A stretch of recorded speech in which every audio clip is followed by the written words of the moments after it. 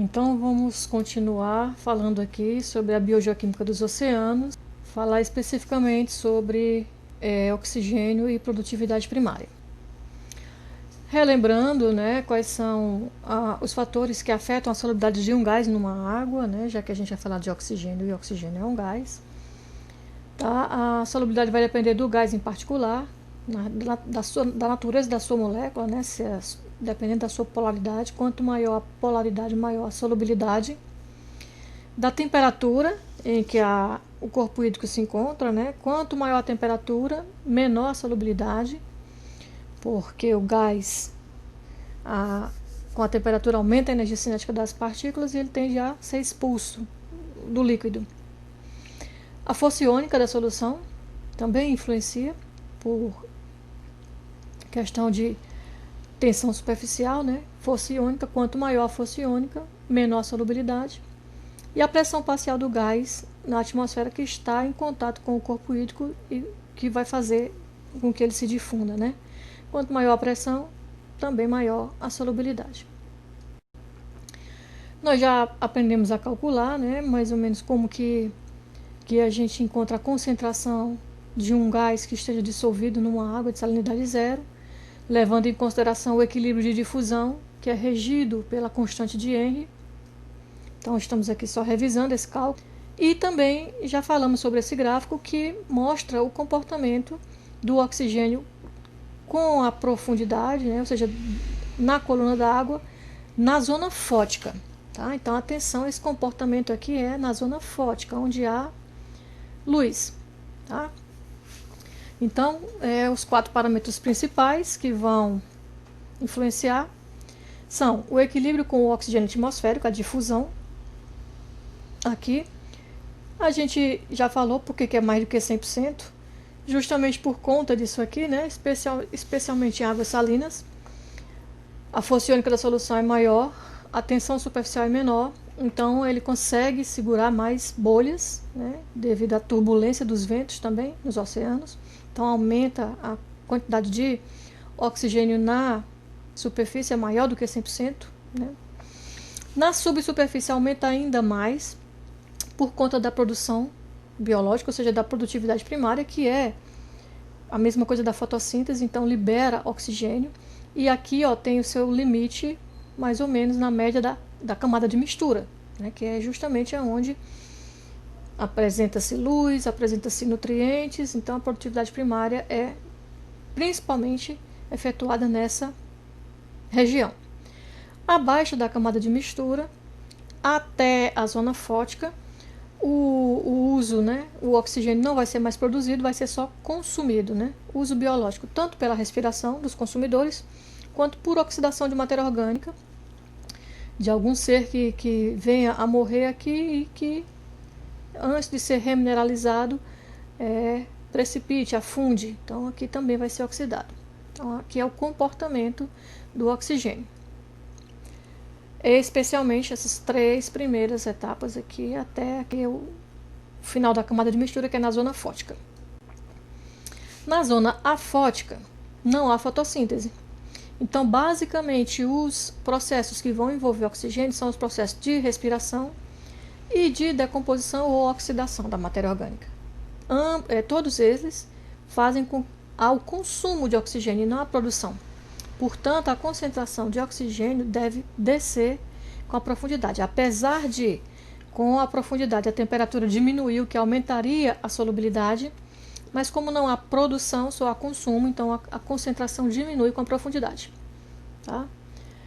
O O2 mínimo está ali em torno de 1000 metros de profundidade. É o que a gente já mediu até agora. As principais fontes, nós já falamos, né? A difusão do O2 atmosférico, a injeção de bolhas de ar por conta da turbulência do vento formando as ondas e a formação de oxigênio por produtividade primária. Ao longo de toda a coluna d'água ele é consumido, só que naqueles primeiros 100 metros de profundidade em média há também uma produção, por isso que aumenta. Tá? Esse consumo ao longo de toda a coluna é basicamente por respiração e decomposição. E em águas profundas, a concentração de O2, que diminui, ela vai depender da circulação termoalina. Nós já falamos que a circulação termoalina é aquela que depende da densidade. Águas superficiais mais densas afundam. Então, quando elas afundam, como elas são superficiais, elas carregam oxigênio para o fundo e deslocam águas profundas que trazem nutrientes para a superfície.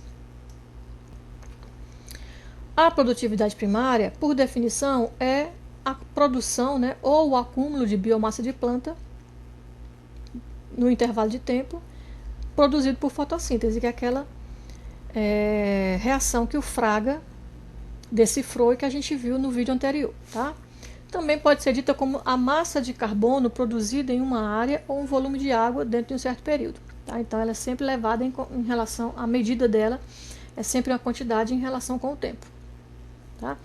Parte da matéria orgânica produzida pelos autótrofos é consumida por eles mesmos na respiração, naqueles momentos em que não há luz, né? Então, eles não vão mais produzir, eles vão respirar nos momentos de escuridão.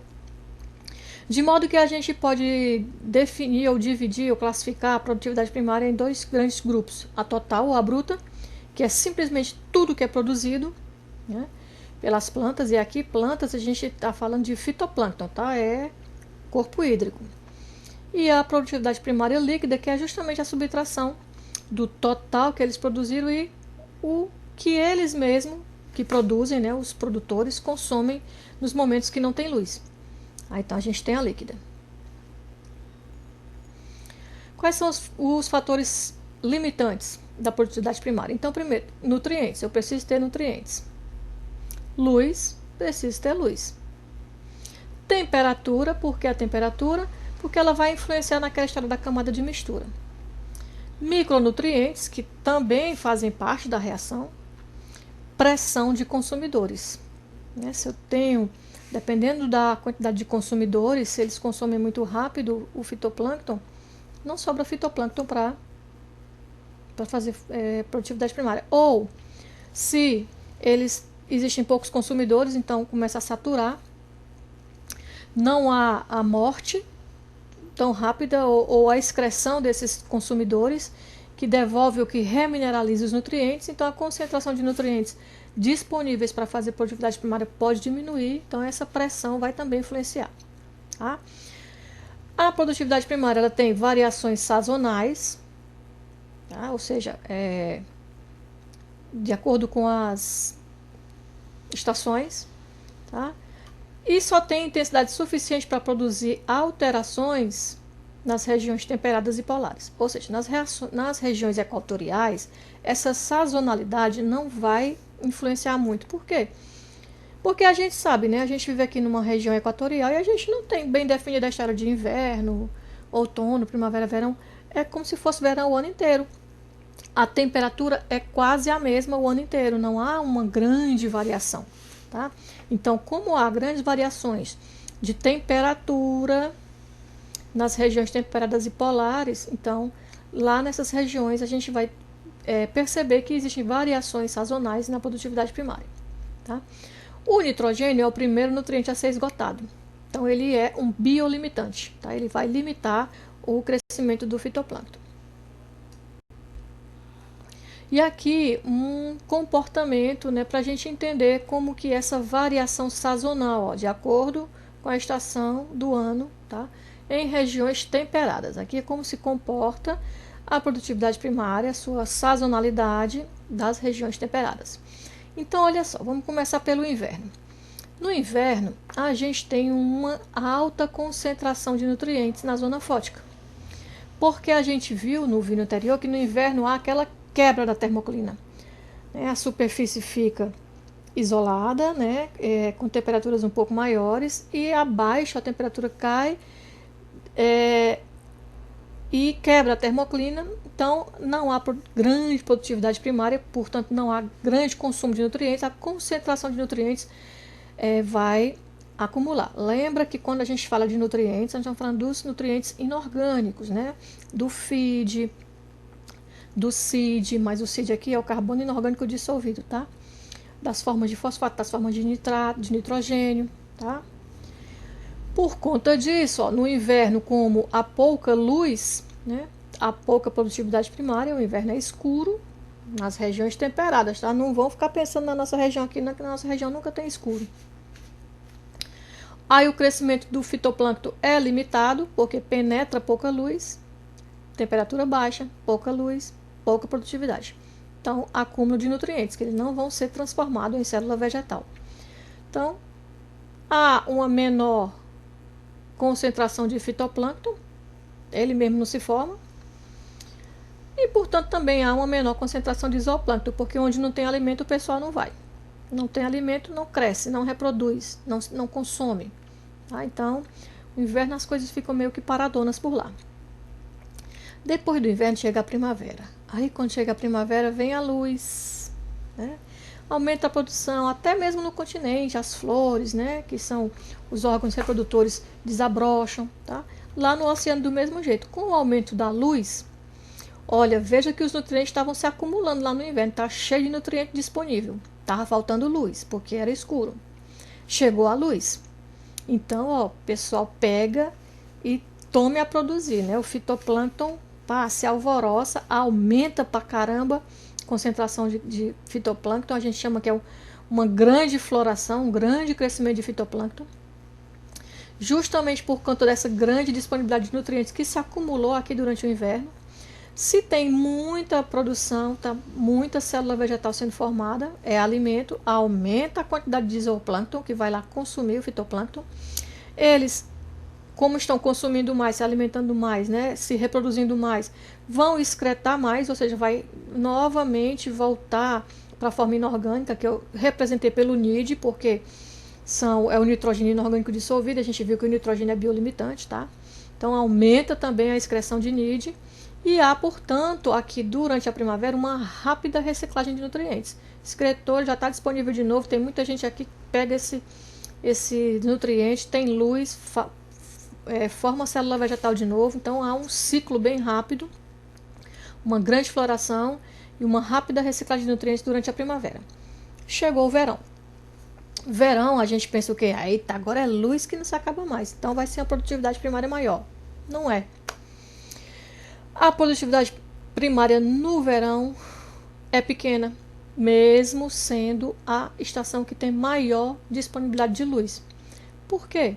Porque o verão vem depois da primavera. E aqueles nutrientes que tinham se acumulado aqui, ó, durante o inverno foram quase que totalmente consumidos aqui. Então tem muita luz, mas não tem nutriente. Se não tem nutriente, ele também é um fator limitante. Tá?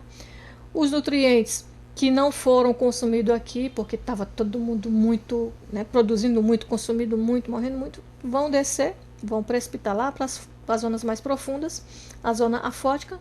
Lá não chega a luz, então não há produtividade primária. Aí vai acontecer aquela estratificação das águas que a gente viu, né? As águas superficiais mais quentes, as águas profundas mais geladas. Como a água quente está na superfície, ela não desce, ela é mais leve. Não há ressurgência, não há termoalina, não há retorno dos nutrientes que foram ali para a zona afótica, não conseguem retornar, não conseguem ser deslocados para a superfície novamente para que o fitoplâncton pudesse aproveitar essa luz. Então, por falta de nutrientes, a produtividade primária é pequena. Chegou o outono. O outono já começa a diminuir a temperatura. Então a termoclina vai ser parcialmente destruída. Aquela estratificação de água superficial quente e água profunda fria vai ser parcialmente destruída, porque diminui a temperatura da atmosfera. Então diminui um pouco a temperatura das águas superficiais e há uma nova mistura, né? Um aumento da mistura. Então há uma pequena injeção de nutrientes. Aqueles que estavam lá na zona afótica, com o aumento dessa mistura, porque destruiu a termoclina, ele vem, né, para a superfície. Então há uma injeção de nutrientes para a zona afótica, né? E aí há uma segunda floração, um segundo crescimento de produtividade primária, porque ainda tem luz suficiente para isso, só que essa segunda floração não é tão grande quanto a primeira, tá? A floração aqui da primavera, a produtividade primária aqui na primavera, que é o grande expoente. Isso, ó, nas regiões tem. Então aqui tem um gráfico mostrando isso, ó. No inverno a gente tem aqui, ó, a curva dos consumidores, a curva do fitoplâncton, a curva dos nutrientes. Olha só, o tanto de nutriente lá no inverno. Só que tem pouco fitoplâncton e pouco consumidor, porque não tem luz para fazer essa produtividade primária. Chegou a primavera, ó, tinha muito nutriente, agora tem muita luz. Então, cresce a produtividade, aumenta a produção de fitoplâncton, que é célula vegetal, e aumenta, obviamente, também a reprodução de consumidores, porque tem alimento para eles. Aí chega no verão, cai, porque os nutrientes foram todos consumidos aqui. Tem luz, mas não tem nutriente. Então, como não tem nutriente, esse pessoal aqui vai morrendo, os nutrientes vão sendo remineralizados, só que como não tem, como há aquela termoclina, né, a água está estratificada, tem na superfície mais quente, abaixo mais frio, não há mistura, então ela desce, os nutrientes vão para a zona afótica. Quando chega no outono, ainda tem um pouco de luz. Como a temperatura da superfície diminuiu, então quebra-se essa estratificação e há um retorno, há um movimento daqueles nutrientes que estavam na zona afótica voltando para a zona fótica. E aí há uma segunda floração. Vejam que a floração na primavera é bem maior do que a do outono, mas aqui a gente tem 2 florações durante o ano nas regiões temperadas. E aí começa tudo de novo o inverno, ok? Então, nas regiões tropicais e equatoriais, a nossa região, o que a gente tem? Olha, baixa produtividade primária durante todo o ano, pois a estratificação térmica não é quebrada. A concentração de nutrientes é permanente, porque durante todo o ano a temperatura da atmosfera é alta, então as águas superficiais são mais quentes, ficam lá, não se misturam com as águas mais profundas, mais frias, não há aquela injeção de nutrientes das águas profundas para as águas superficiais, tá? Os nutrientes vão ser todos transportados para a zona afótica e não vão retornar pelos processos de advecção e turbulência por conta dessa estratificação. A gente pode, como é que a gente avalia, como é que a gente mede a produtividade primária? Pode ser pela taxa de produção de O2, pela taxa de fixação de carbono, ou seja, quanto de carbono foi produzido, quanto de célula vegetal, ou pode-se fazer uma estimativa por satélite, por fotos, né? Ela faz manchas verdes, tá? É a estimativa da quantidade de clorofila por área, por metro quadrado. Lá nas regiões subpolares ou polares, há somente uma floração durante o ano. Por quê? Porque lá existem 2 só estações, inverno e verão. Tá? Só que a temperatura é fria o ano todo, mesmo no verão. A diferença é que no verão é um pouco menos fria. Então não existe uma forte estratificação, não existe essa diferença de superfície quente e profundo frio. Tá? Os ventos são bem abundantes lá, então a coluna d'água é bem misturada. Há também a questão da termoalina, que é frequente nos polos, então há sempre o retorno, né, de nutrientes da zona afótica para a zona fótica, de tal modo que a floração se inicia na primavera, ou seja, no tempo que seria a primavera, né, que é quando começa a aumentar a luz, e termina lá no final do verão, quando começa a diminuir a luz. Tá? Mas basicamente a gente chama lá de verão, 6 meses de verão, 6 meses de inverno. Então, essa primavera aqui é aquela referência que a gente faz com relação às regiões temperadas. Tá? Então, as regiões subpolares são responsáveis por uma quantidade bastante expressiva da produtividade primária, porque é uma produção, é só uma durante o ano, mas ela demora mais tempo, né? Ela demora 6 meses produzindo lá, né, célula vegetal e oxigênio. Então, aqui comparando, ó, nas zonas polares só tem uma floração, ela é bem alta, tá? Ela vai do verão até chegar de novo lá no inverno. Nas zonas temperadas a gente tem 2 florações, uma na primavera, uma no outono. E nas zonas equatoriais, praticamente, ó, constante o ano inteiro, não tem grandes produtividades primárias nas zonas equatoriais.